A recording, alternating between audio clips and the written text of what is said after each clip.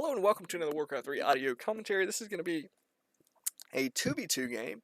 I think it's a range team versus random team, so it's not exactly fair, but we had just played this guy BobbyNader02 in the game before, and he said GLHF in both games. Pretty solid, good manners. I like it. But he was playing with a different ally thing, so which leads me to believe he's searching random team. The fact that you can, since Reforce, you can find arranged teams can match up against random teams is not really fair. I think the reasoning was so the search times would not be crazy. But regardless of whatever the search times are, I think it would be a better system to just say, hey, if you can find 2v2 arranged team games, that's great. If you can't, it sucks. If you can find random team games, but the arranged team people can't find, it kind of sucks. But I mean, the alternative is to have these unfair games for people that are playing random team. Maybe if the matchmaking was good enough to make it still fair, but I think there's just too much of a gap between like arranged team versus random teams. Like arranged teams are going to pre-plan their strategies typically. They're going to have played a bunch of games with each other. So the communication is just going to be way easier. A lot of times they'll be on voice chat, like we do it all the time, like 4s, 3s, 2s. We're going to be on like Discord with each other. So we're going to be calling out, go for this hero, get this unit. Oh, look out, there's bats, there's this, there's that. We're going to have to chat. So it's using our, voice chat is going to make it easier for us to communicate. Like instead of having to stop microing and type it out on our keyboard and then go back to microing, we don't have to do that. We can just say it. And that's mid battle. Like it takes me, focus death knight, takes me about maybe 2-3 seconds to say that. Or even if I don't even say focus, I'll just say the DK, the Farseer, whatever. I'll just call out a hero and we'll focus it or whatever. And or I can just say, bats. The enemy's got bats or something. It's gonna be way quicker and way easier for me to just type that instead of saying it. So, but anyways, I'm gonna suggest to Hannah though that we go Archmage Keeper. We weren't on voice chat here. She was not able to voice chat me with this at this particular game. But so I do have to type it anyway. But we still communicate much, and our teamwork is gonna be much tighter than the opponents. This guy is actually doing a pretty interesting. He's going rifles, like late rifles. He crept this with like 3 militia and his water elementals. He's going to creep this with like 4 militia and his water elementals. This is going to really, really delay this guy's tech though in terms of his build.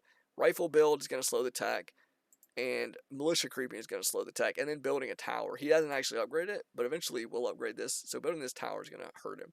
Entangle, footies, defend, water elementals. This is really, really strong in the early game. Every entangle locks a unit down, and if you can't micro the headhunters and kite with them, they're just going to be easy pickings. So good game, headhunter. I think we killed one here. The wolves, they have 250 hit points at level 1, so if we start to focus them, they're going to die quick. We want to kill this burrow for sure. And now this guy's in really bad shape. He tries to throw up a watchtower. No way that's finishing. Maybe you can build it over here, maybe, but still, there's really no way. Without his ally, he's just going to get just completely beat up over here. And that's what's happening. His ally could TP. He chose not to. He chose to keep creeping. And the cost of that decision is that blue is going to have to fight us alone with basically no units. He's only going to have like one headhunter popping out at a time. Entangle is going to just completely, wreck that. It'd be nice if I had Bruins or Hannah. I guess she got a kill that I didn't get credit for. So somehow she got to level 2 before me, which is kind of annoying. Simply because I don't have, I think we'd rather have Brilliant Aura than like Treants, honestly here. But I mean, not that, it is what it is. Like she didn't play bad or anything like that. Obviously not.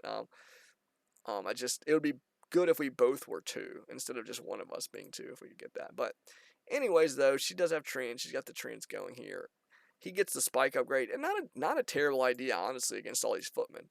I've seen this guy's going headhunters. I saw this guy going rifles. He actually walked up. He walked behind us and managed to snag a few kills for level 3 units that we were microing back. If you're microing units back on this map, like, you should try to micro them back in a direction that's not gonna. It's going to be less likely the enemy's going to run into them. It's a little bit weird that he came from like up here, but coming from this side is not unusual. If he doesn't TP, he's going to come from somewhere, and most likely it's going to be like right here, or slightly chance he's going to come from here. But anyways, this is sort of the spot you want to avoid if he's gonna be there. So anyways, this guy got the Watch Reward here. He didn't finish it, but he got the item and the Watch Reward. Great item. He's 3 now. He should pull back and try to get this Farseer as close to 3 as he possibly can, but he does get to 2, so it's not really that big of a deal. And they're going to go for this. This is a bold decision, but it's actually very unusual. So it wasn't even in my head that they would go for this red camp. I would be thinking they would maybe go for this, maybe clean up this orange camp, but this is a bold play, but it's not too crazy if they're together with summon heroes. As you're going to see, they're going to be able to get the Shockwave hurts, but when they kill this Ogre Magi, it drops a healing ruin. So all the damage that they got from this Shockwave is going to basically be wiped away when they get the heal ruin. Obviously, if they get the heal ruin, and obviously if they're standing around it, they get a claws of attack plus 12, a great item. Needs to be careful with his Headhunter. It's taking a lot of damage from his Ogre. It's probably going to die if he doesn't not careful. Oh, okay, got the heal off. Notice he healed like 90% on that Headhunter. That is a lot of healing on that ruin. I don't know the number, but it's quite a lot. Headhunter's at 375 hit points. Is it 250 hit points that it heals? I feel like it might be 250. But anyways, though, we're gonna come in here. We're gonna cancel this Voodoo Lounge again or destroy it. It's probably gonna get up. I split half my army to kill this burrow, half to kill the Voodoo Lounge. He cancels it, so I think that was a decent decision. The Voodoo Lounge, if he gets to tier 2, which he's actually nowhere near, but if he was tier 2, he could get a bunch of instant like healing potions and stuff. And I'm actually gonna tower this time because I know that most of their DPS is actually piercing. Like all of Teal's DPS except his hero is piercing, including his summon units, and everything but the wolves and the Farseer, as far as the orc, are going to be piercing damage. Except the spikes, I think, is actually does it count as magic damage? I don't. Or is it just like normal? I don't know. But the spikes, there's not piercing, so defend doesn't affect the spikes, doesn't affect the wolves, it doesn't affect the hero or peons if he happens to attack with the peons. But they just don't have enough to fend this off. Like, they have to stop these towers at some point before they finish, and they have to deal with these units. And there's no way. The effective hit points of defend footmen against headhunters and rifles it's completely stupid, honestly. Like, it's one of the most, I'll say effective, but other people would argue against, they would probably say it's imbalanced, which I sort of agree, honestly. The effect for the cost available in tier 1 on a 2 food unit that doesn't cost lumber, it doesn't require the blacksmith. It feels bad to say that this should require the blacksmith to get defend, but it's so effective. I mean, I don't think it would be too much to say that it should require the blacksmith or something. Cost more. Maybe cost 150 lumber instead of 100. Maybe have a cooldown when you use it. I don't know. Some kind of balance, or maybe just not be quite as maybe 50% instead of 65% damage reduction. I don't know, but basically against piercing sources of damage, not even talking about the damage reflection 30%, but the damage reduction of 65% is like giving, against piercing sources of damage, it is like giving the footman like plus 32 armor for the cost of basically a single armor upgrade, something like that. It's like completely bonkers. Like on a tier 1 unit available at tier 1, like, and piercing is one of the most common, like, I think most of the like core units in a lot of armies. Like, you start with archers, you start with headhunters, you start with fiends, and this other guy went rifles. I think footmen are a little bit more common than rifles generally, but a lot of times humans do transition to rifles sometimes. So and as far as being a core unit, a lot of times rifles are more versatile because they can hit air, obviously. So you got wind dryers, you got water elementals, you got serpent wards, you got burrows, you got every tower except for cannon towers, hippogriff riders, gargoyles if they attack ground, dryads, fairy dragons if they attack ground. It's a bit weird to say fairy dragons, but yeah, there's so many sources of piercing damage, and a lot of them are like one of the most used units for like large portions of the game. Like, yeah, a lot of times they're gonna elves will transition out of archers, so you know, so you might not be looking at that for the whole game. It might not be that great, but in the like early and mid game, archers are what you're looking at. You know, you get quill beasts sometimes for the beastmaster, blah blah, lava spawns. But yeah, if you run into an orc base, boom, burrows, possibly a watchtower, probably mass headhunters. Like, it's a lot of what you're dealing with. So, you know, giving the footman plus 32 armor against all that stuff is just like what. It gives him so much effective hit points. It's just like it's crazy. It's just crazy how effective it is, and you can turn it on and off instantly. So you can like, you know, in terms of mitigating this slow movement speed, you know, if you're just paying attention, you know, you can try hard it up as much as you want. Obviously, I think like AI could do it, like could totally mitigate it, like 99%. Like a computer could just be like almost like cheating with it because it's gonna know. I don't know if it's like when the attacks land, like a ranged attack, or when they're shot, like an archer or a headhunter or a fiend. Like when defend like calculates that number. But if it's like right as it gets hit with the projectile, then you know you've got a pretty big window. Like okay, they're attacking this footman. Let me just turn defend on, and then let me turn it off when they're not attacking. You know, on and off, and you know the movement speed is going to be mitigated whenever it's not on. Whenever you're not in defend mode, the move speed is back to normal. So you could really play around with like really trying to mitigate that. But even if you're just like halfway paying attention, like if they're running, turn it off, run after them. If they turn into attack, turn it on for the volley. If they go back to running, turn it off, on and off. It's very straightforward. And even if you didn't mitigate it though, if you have a standing battle, like the effective hit points is just like it's amazing. Like it's a great upgrade. If you're gonna have any amount of footmen, like it's generally a good idea to get it before you engage like an arm, and even just for creeping. Like even if the enemy makes 0 piercing units, like almost every single creep, not almost every, but like probably like 90% of the creep camps in the game have some form of piercing damage. Definitely like 75%. You look at Turtle Rock, like there's either trolls or turtles at every camp. Every single camp on that map has piercing damage. The red camps have piercing damage. Obviously, a lot of the damage is not piercing. Some of it's shockwave and stuff. But every camp, even the reds, the orange. I take that back. There are two camps on that map that do not have any piercing damage. The camps between the spawns, on because there's a big chaos damage turtle, and then there's a bunch of little murlocs. All the murlocs have normal damage because they're melee attacking, and then the chaos turtle is melee as well, and it does chaos damage. It's a level 7, I think. Turtle. So it does chaos damage. So there's only 2 of those camps on the map though. The rest of the camps do have some trolls, or they have some turtles that have piercing damage. The small green camps have all piercing damage, I think, right? Yeah, I think it's all piercing damage. The spawn locations, if you're playing solo, they have like 3 trolls that have piercing damage. Probably by far the most piercing damage. By far most of the damage at that camp comes from piercing sources. Like a level 6 troll and 2 level 3 trolls. So yeah, that's what you're looking at a lot of value even just from the creep camps.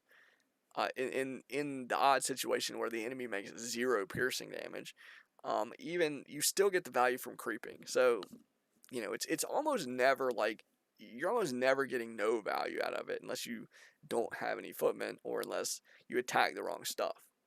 So, and even if you do, the cost is pretty low. So like worst case scenario, you're blowing 150 gold and 100 lumber, and you're misusing it. I would say to not get any value out of it.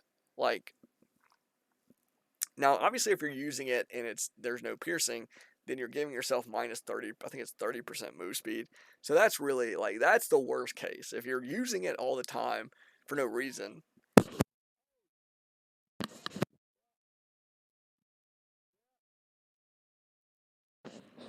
then that's the absolute worst case. But anyways, this game was pretty well executed by me and Hannah. She got level 2. She showed up on time. She crept the camp well. She got the Dark Ranger was actually a pretty decent choice. I think there's a lot of choices. You get a Panda. She get Alchemist. Some people even go Demon Hunter. I would say a Tavern Hero is the optimal because she instantly got it and it showed up.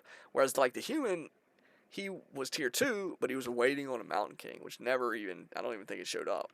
Like, to the battle. Yeah, he left before even he got the hero out. So if you're gonna do this tech and you get all in rush like this, like you need to be thinking, even if your hero is like halfway done, if you can get to the tavern and grab like a panda or something, you got to do it. I think you pretty much have to. It doesn't have to be a panda, but I think the panda typically is one of the strongest. Like he like in that scenario, he Breath of Fire is really big. A lot of people go like Naga, but the Naga damage is sort of slow accumulating, like chase things down, secure kills. The Panda is like burst, burst damage, can take a lot of damage, dishes out a decent amount of damage with auto attack. Breath of Fire is, if you get max Breath of Fire, like you're max damaging every Breath of Fire you hit, you're getting a lot of value like in that situation. And you have to break the tower push or you lose the game typically. Um, so if you're in that scenario where they're all in and you're having to stop towers, you need as much damage. Typically, you need as much damage as you can get as quickly as you can, which means probably the Panda. Um, ah, a Pitlord with Cleave, it's not as bursty, but maybe you end up getting as much damage with that. So maybe a Dark Ranger because like if you can snag a bunch of kills really quick, you get a bunch of skeletons, and then those are pretty good against workers. They're pretty good against archers, and that's pretty cool. That can maybe sort of snowball out of control, which is probably the reason why that Hannah got that hero, because we're gonna kill a bunch of headhunters most likely, and then get a bunch of skeletons, and then rifles. The skeletons are pretty decent against the rifles as well. So every unit that they lose to that black arrow is going to be an extra unit that we get. So and militia, if they pull militia, the Dark Ranger is really good against militia because they have a low hit points, and so you can really start to eat up units and make a bunch of units. So typically with a Dark Ranger, if the battle is sort of even for a while, but both sides are trading units, typically the side of the Dark Ranger is gonna, if the arrows are actually getting the kills and making the skeletons, then it's even an even battle is going to tip towards the team with the Dark Ranger because of all the skeletons. And then the longer the battle goes on, the more and more the skeletons, typically come out. And that's if they don't have like Wisp or some kind of Dispel, because Dispel it can very quickly mitigate that problem. Like a few Wisp Dispel skeletons is gonna do away with that big advantage. But they were Orc human, so they didn't have that aspect. So they needed an Adept Priest or an Adept Spearwalker or even an Initiate Shaman. But at the timing, that's just not the case. They just won't have that. So typically, that's possible, but they didn't. So they were nowhere near countering the skeletons, which made that a big advantage. So, anyways, though, I thought the game was pretty good. If you're trying to plan out a strategy or whatever, you want to be trying to aim at like what their weakest point is, and when you're against headhunters, like if they get a mass of headhunters, like that's one of the strengths of going headhunters. They build quick, they're really cheap, they're really cost effective, and they scale really well in mass because of the range is actually they have a really long range. They have more range than an unupgraded rifle. They have more range than an upgraded archer, and they have more range than hunts. So they have good damage output. They have decent amount of hit points. And like I said, they build quick, and they're really cheap. They're cheaper than hunts, they're cheaper than fiends, they're cheaper than rifles. They cost similar to archers, footmen, and ghouls in terms of gold, and they cost a little bit of lumber. What are they at? 10 lumber, I think. Well, they might be 20 lumber. But I think rifles are 30, and I think fiends are 40. So yeah, significant lumber and gold savings for them as a ranged unit. The war mill doesn't cost lumber. So it doesn't hurt your tech as much to go headhunters. They build fast, and they're 2 food, so you can, if you have 6 food, 2 rifles, 2 hunts, 2 fiends, you have 3 headhunters. So you scale that up, let's say you have 30 food. 15 headhunters versus 10, hunts, fiends, rifles. So talking about 5 extra units, it's pretty nuts. Obviously, the cost is going to be, it's a little bit different, but I mean, you still will typically be able to make more headhunters. So so yeah, headhunters. But if you can get them before they have a mass of them, then it's not as much of a problem. Because they do have to wait for the war mill. So they can't just start immediately building them. They could go for a tavern build and probably get them going really quick. Get a tavern here. That's probably a crazy strategy like Panda headhunters or something like that. Or Pit Lord, or there's various strategy heroes you can get a tavern with them. Um, but yeah, if you get your hero early and then start making them, then they're not gonna have like 10 headhunters in the first like 4 minutes. But if you let them continue to build them, well, then you can go into a battle where they do have like 10 headhunters, and it's a nightmare, honestly. So yeah, it's keeping those numbers low, and then if they want to tech, any time before their tech finishes is arguably a weak point if you're gonna do like an all in. So, and if you can do a bunch of damage that slows their tech or whatever, or it slows some form of their economy, that's can be good. So you just have to understand like the creeping and the timing of the builds, and But if you're the aggressor, typically you can sort of take the initiative. You can push the opponents in places where they're not together. They're out of position. They're this or that. And again, if they're a random team, it's harder for them to do that anyway. But for them to be sort of on the same page and stuff. But yeah, so that's why I like to play this style. That's why I like to play these strategies that are like aggressive in the early to mid game. I think trying to get an advantage and playing from a sort of early and mid game position of strength is probably the most consistent and the easiest way to play, because you don't have to learn like every single hero, every single matchup, unit composition, all this stuff. They can build Every race can build like 2 or 3 units in the first, like footmen, rifles, archers, hunts, fiends, ghouls, um, and that's what they can build. Grunts, headhunters. Those are the units they can build, and then worker units, wisps, and then I guess elf can get glaive throwers. So elf has an extra unit they can possibly get, but you're really looking at a very restricted number of units, heroes, types of units, and heroes, items, mixtures of all this heroes, items, and units and stuff, and creep patterns. They can only do so many creeps at the early game. They can only make so many units. It really restricts what your knowledge base that you need to know and your execution, like practicing against all this stuff. Like if they can only do 10, they can only do like 4 strategies total or something, and you practice against them. That's not that's not the 20 strategies or whatever that you might be looking at if you wait until the late game to really try to fight them. So and 20 might even be an underselling it, underestimation. so so anyways, that's what I would suggest, and that's sort of the way I look at the game. It's not that I never go tier 3, it's not that I don't understand a lot of the tier 3 stuff. It's just that I like to try to get that advantage early, and if you mess it up, yeah, you'll mess it up, and you can lose for sure, but or whatever, but I do think it is a good way to play and a good way to get wins. So anyways, though, that's going to be the end of this audio. Props to Hannah for getting the win with me, and pretty good game. We beat this guy twice in a row, but he was pretty good mannered, Bobby Nader too and stuff. So props to him for that. Didn't complain even once. So good deal. If you want to look through the tabs here, I'll flip through them. Pretty straightforward, pretty short game. I think it was like 8 minutes or something. This doesn't show up, sadly, on the duration. I don't know why. It's a bit of a glitch. But anyways, that's going to be ScryMind signing out.